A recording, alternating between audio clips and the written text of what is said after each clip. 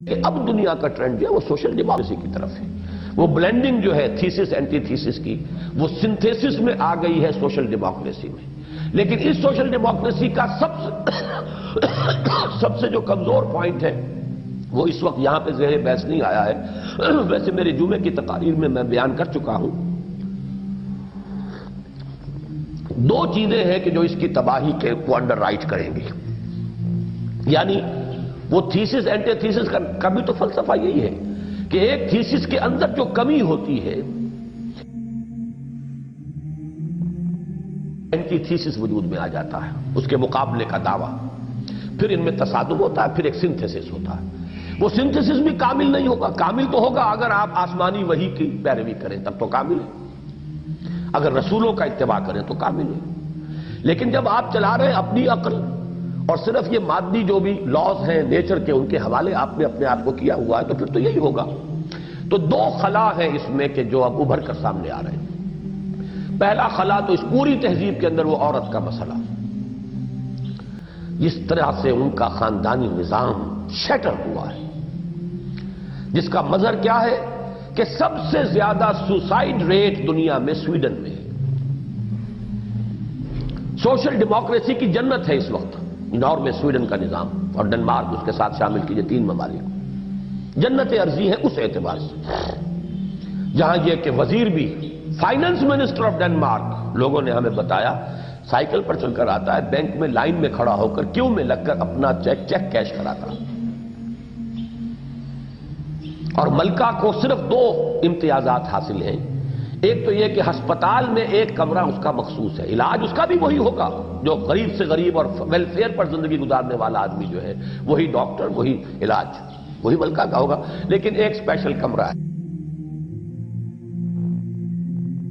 وہ چھوٹا سا وہ کشتی سیر کے لیے سمندر کو نکلتی ہے، وہ باقی اور کوئی اس کے لیے امتیاز نہیں ہے. کہنے کو ملکہ. یہ نظام آپ سوچئے، ایک شخص کے جو ویلفیئر پر زندگی گزار رہا ہے، خیرات پر زندگی گزار رہا ہے، اس کا بچہ بھی وہی تعلیم حاصل کرے گا جو ملکہ کا شہزادہ کر رہا ہے. بیمار ہوگا تو اسی علاج کا وہ بھی حقدار ہے جو ملکہ کا یا ملکہ کے بیٹے کا ہے. بتائیے اس سے اونچی اب کون سی منزل رہ گئی؟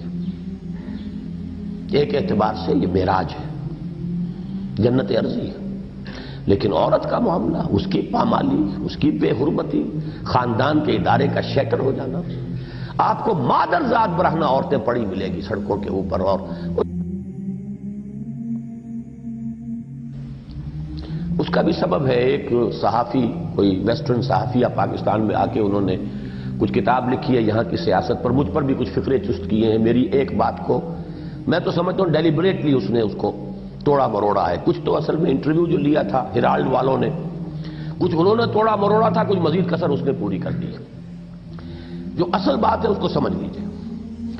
در حقیقت اسلام کا جو نظام ہے اس میں سیگریگیشن آف سیکسز جو ہے، اس کا ایک نتیجہ یہ بھی نکلتا ہے کہ جنسی جذبہ بیدار رہتا ہے.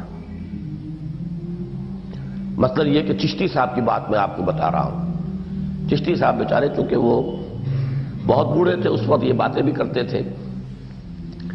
ایک مرتبہ وہ میرے مطب سے نکلے تو میرے مطب کے سامنے سے ایک خاتون گزر رہی تھی، جوان عورت، کسی کسائی، ہر طرح سے مسلح. اب چشتی صاحب جو ہے اس کے ساتھ ساتھ چلنا شروع کیا. انہوں نے بار بار اسے دیکھ رہے ہیں، اللہ اللہ، پھر اللہ اللہ. حضرت یہ آپ کیا کر رہے تھے؟ اگر یہ آپ کی ساری داڑھی واڑی جو ہے اس کے ہوتے ہوئے کہیں وہ جوتا نکال لیتی تو. ان کا بھائی ہم تو اللہ میاں سے لڑائی کریں گے جا کر. جب ہم جوان تھے ہمیں تو عورت کی انگلی بھی نظر نہیں آتی تھی، اور جہاں کہیں عورت کی انگلی نظر آتی تھی ہمارے پورے وجود میں جو ہے سنسناہٹ ہوتی تھی. اور اب یہ حال ہو گیا ہے. عورت وہ تو کم سے کم کسی کسائی تھی لیکن لباس میں ملبوس تو تھی. اب جو عورت نظر آتی ہے آپ کو وہاں پر، وہ تو لباس سے آزاد ہوتی ہے. وجہ کیا ہے کہ عورت کو اور اس کی نسوانیت کو اور اس کی عریانی کو دیکھ دیکھ کر مردوں کی حس جو ہے مردہ ہوتی چلی گئی. لہذا عورت کو اور ننگا ہونا پڑتا ہے، اور ننگا ہونا پڑتا ہے، اور ننگا ہونا پڑتا ہے. یہ عریانی در حقیقت یہ یوں ہی نہیں آ گئی ہے. وہ توجہ کو مرتکز کرانے کی طرف. اب لوگ دیکھ دیکھ کر سیر ہو چکے، اب تو اس سے اگلے کوئی قدم ہوگا تو نگاہ اٹھے گی نا. جب اس کے بھی عادی ہو جائیں گے تو پھر جب اس سے اگلا کوئی قدم ہوگا تب نگاہ اٹھے گی. تو نگاہوں کو دعوت دینے کے لیے ایک ایک انچ کر کے عورت لباس سے آزاد ہوئی. اور اس کا جو فینومینن ہے وہ آپ کو ٹاپ پر اگر دیکھنا ہو، ویسے تو امریکہ وغیرہ میں بھی نظر آ جاتا ہے کہ آپ کو ایسی عورتیں چلتی ہوئی نظر آئیں گی کہ جنہوں نے صرف ایک جانگیا سا پہنا ہوا ہو اور اوپر ایک دھجی ہو. اللہ اللہ خیر سلام. ایک دھجی کی بھی کوئی تہمت نہ ہو جسم پر، وہ آپ کو ان ممالک میں نظر آ جائے. تو ایک تو یہ ہے وہ خلا، عورت کی یہ بے حرمتی، اور اس کے نتیجے میں خاندان کے ادارے کی تباہی اور بربادی. یہ دیکھیے، یہ جو میں نے شعر کی وضاحت نہیں کی تھی، اقبال نے جو کہا تھا نا، میں نے الفاظ استعمال کیے تھے، مرد کو نامرد اور زن کو نازن بنا کر رکھ دیا ہے. تو یہ ہے در حقیقت اس کا پس منظر. اور اسلام یہ چاہتا ہے کہ یہ شوہر کی پوری توجہ اس اعتبار سے اپنی بیوی کی طرف، بیوی کی پوری توجہ اپنے شوہر کی طرف. اس سے وہ خاندان کا ادارہ مستحکم ہوتا ہے. وہ خاندان کا ادارہ شیٹر ہوا تو سوسائڈ ہو رہا. سکون تو ملتا تھا گھر میں آ کر، لِتَسْكُنُوا إِلَيْهَا، قرآن مجید کے الفاظ ہیں. اندر آدمی آئے، محبت بھری فضا میں آئے، روکھی سوکھی کھا رہا ہے، بیوی نے لا کر محبت کے ساتھ لا کے رکھا ہے وہ روکھا سوکھا اگر جو چنگیری کے اندر پڑا ہوا ٹکڑا، لیکن اس کے اندر جو لذت ہے وہ آپ کو معلوم ہے، وہ تو نہیں ملے گی آپ کو. آپ ٹاپ کے ریسٹورانٹس میں چلے جائیں، کھا لیں، ڈائننگ آؤٹ بہت بڑا، یعنی یہ بڑی بات ہوتی ہے، لیکن یہ کہ اس میں وہ لذت تو نہیں ہوگی. گھریلو زندگی کا وہ سکون جب نہیں ملا تو اب حال یہ ہے کہ آدمی کنفلکٹس کو فیس نہیں کر سکتا. سوسائڈ کا ریٹ سب سے ہائیسٹ سویڈن. اور دوسرا جو اس کے اندر جو ہے، جو اس کو توڑ پھوڑ کر رکھ دے گا، the urge to work is decreasing.